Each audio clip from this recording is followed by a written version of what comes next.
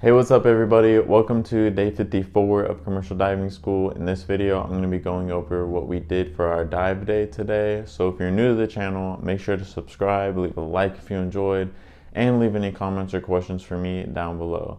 So for today, we're diving again, and for when we're on a diving day, basically right after muster, a bunch of us head to the room where they keep all the equipment, like the hats and the comms boxes and stuff. So right after muster, I kind of walked, did a fast walk to the hat room, and then I grabbed a hat, and then I took it over to the dive station and began helping everybody set up for the day. So after we set up, we're basically ready to do our JSA, which is a job safety analysis. It's basically our soup. He goes over any safety precautions or basically anything safety. He does like a little speech, and then he asks the instructor if they have anything to add, and then they'll add their input. And then right after we break from that, we immediately go to our stations and do whatever our job is. So some people are going to comms, some people are tending, some people are on the like pumps, like the hydraulic pump, water pump. They called it a trash pump, one of the pumps that we use, the small one. And then some people are diving, obviously. So I actually did get to dive today. I'll talk more about that in a second, but I just wanted to mention that I did comms pretty much all morning until lunch, and then I was diving after lunch for the whole rest of the day. So pretty much after lunch until the rest of the day. The reason behind that is because I needed more bottom time, and that's why I dove for 3 hours yesterday, and I dove for 2.5 hours today, is because I needed more bottom time, because you have to meet a certain requirement of bottom time before moving on to the next module. And I need 1260, so 1260 minutes to move on. And before yesterday, I only had 899. After yesterday's dive, I had 1079, and then today I'm at 1223. So I'll finish off the rest of my time tomorrow, but that's the reason why I did such long dives yesterday and today, to kind of catch up. So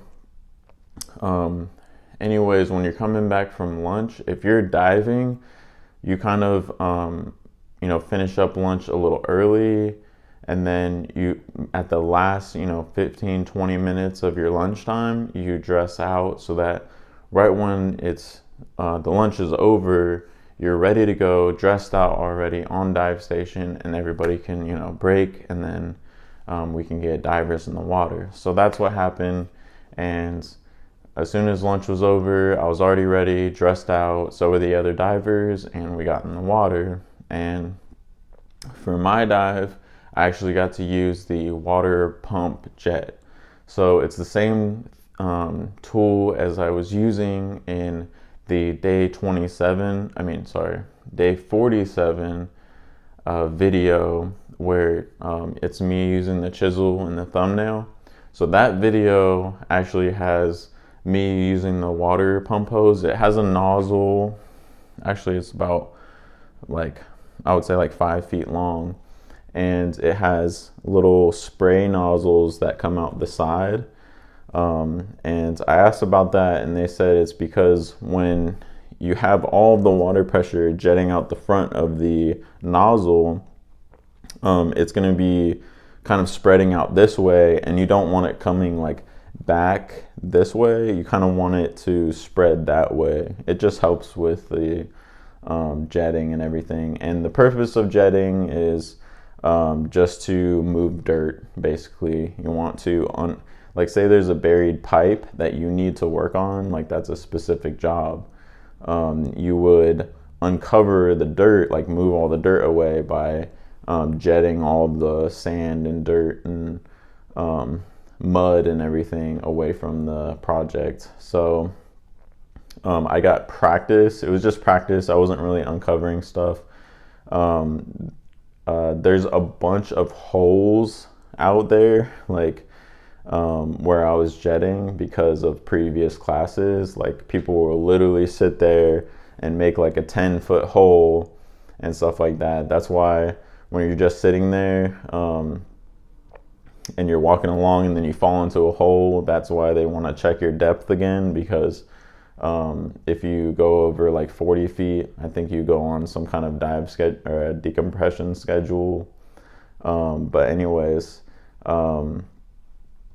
yeah, there's a bunch of holes out there, so you got to watch your step. The mud is so slippery. Like one person was telling me, oh, the mud is slippery. I'm like, slippery mud? Like, what kind of sense does that make? Like, mud is slippery underwater. Like, I don't buy it, but it is so slick. Like, it is literally like soap on like a hardwood floor. Like it is slick. Like, you can barely keep your balance at all.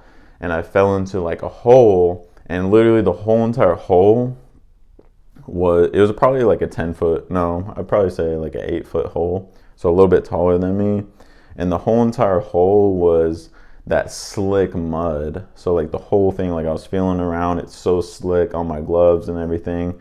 And the way you get out is you basically crawl out. Like you dig your hand, like your fingers into the mud, and then you just like slowly crawl up. And it helps to kind of like jump up a little bit too. It makes it easy. But anyways, using the jet tool, you can actually make a 3 or 4 foot hole, like with that jet pump nozzle, like in a couple seconds. Like literally, I was like feeling the ground, and I was like, okay, it's relatively flat, and then I just stuck the nozzle down, and I was like, 1,000, 2, 1,000, 3, 1,000, and there was like 3 or 4 foot hole there, and I was like, geez, like this thing could like go and go and go and go. That's one of the reasons why this is so dangerous, though, is because, like, say you're jetting, you could literally, like, this is one thing that they didn't say about commercial diving school before I went. In the career of commercial diving, like when you actually go out in the field and say, like, you're doing a jetting job, like you can actually like cave yourself in, like with dirt and mud and stuff like that. And to me, that's pretty scary. Like, I wish I would have been told that. It probably wouldn't have changed anything. I wouldn't have said no and quit and not done it. But still, like, I wish I kind of would have known that, because that's pretty crazy. Like, a couple instructors said, like, yeah, I've caved myself in. Like, I've been jetting, and then, like, literally, like, the dirt and sand just, like, cave you in. And, like, you can't even, like, reach your free flow, like on your hat, one of the valves to give yourself more air. Like you can't like move because you're all like entangled or caved in on, and you pretty much don't panic if something like that happens. And I'm like, don't panic, like, but that's you just got to control that kind of stuff, like slow down, calm down if something like that happens. And because it's not going to help to freak out, just it's going to help to think your way out of it. So what they did was they just, kind of used the tool to kind of jet themselves back out, and they got through it. So, but yeah, another thing I wanted to mention was it was completely dark down there. I couldn't see absolutely anything. What kind of helps is to kind of let your eyes adjust, and maybe you'll see the faintest bit of light. And oh yeah, there's a bunch of bioluminescence down there again too. I swear I saw one of them that was super bright, like it almost lit up like my mask, like the inside of my hat, like it was so bright. But yeah, there was those down there. What else? Yeah, like, so you don't fall in a hole. What I was doing was I was sticking my like boot out and kind of like feeling around like a 3 foot radius. So so that I know like I'm not in a hole. And when you can't see anything and you're down there, when I'm like kind of constantly moving my feet, and without realizing it, I'm kind of like moving. Like I think I'm in the same spot, but I'm not. I'm actually kind of like moving slightly this way, and I'm like, hey, where was that thing? Where was that rock I was just by? It's nowhere. Like I can't find it no more. Oh well. Another thing is when it's really dark and you can't see anything, sometimes it kind of feels like when you would have like, say like your hand in front of your face like this, like you obviously feel like that's uncomfortable, and you're like, you want to move that hand, and basically that's kind of how it feels. It feels like uncomfortable, like there's something in front of your face just because it's dark. I don't really know how to explain it. It's just you feel like you kind of feel like you want to duck under it, you know, to be able to see better, but it's just, you're fine. Like you're not, your vision isn't obstructed by anything. It's just dark. So I just wanted to explain that you kind of get that feeling. But anyways, I finished up my dive, and we cleaned up for the rest of the day, and we did our dive logs, and that was pretty much everything for today. So I wanted to talk about what we're gonna do tomorrow and next week. So tomorrow we're gonna be using the chainsaw in the tower to cut a slice of wood off. Everybody gets to cut their slice off. I'm gonna try to take GoPro videos of it and show you guys, and then I'm gonna do a week 11 video this weekend, and then I'm gonna do, we're doing welding next week. So the entire week is devoted to topside welding. So just regular stick welding, getting better at, I'm gonna work on getting better at welding myself. I know a lot of other people, they might, who are like expert welders, like they might weld a little bit, and the instructor is like, okay, you don't have to weld, just, you know, go and teach people. And then other people are learning how to weld. So more on that next week. And then after next week, we're seniors. So I'm super excited about it. So if you are interested in any of that stuff, stay tuned. Leave a like if you enjoyed. Thank you so much for watching, and have a great one. I will see you in the next one. Peace.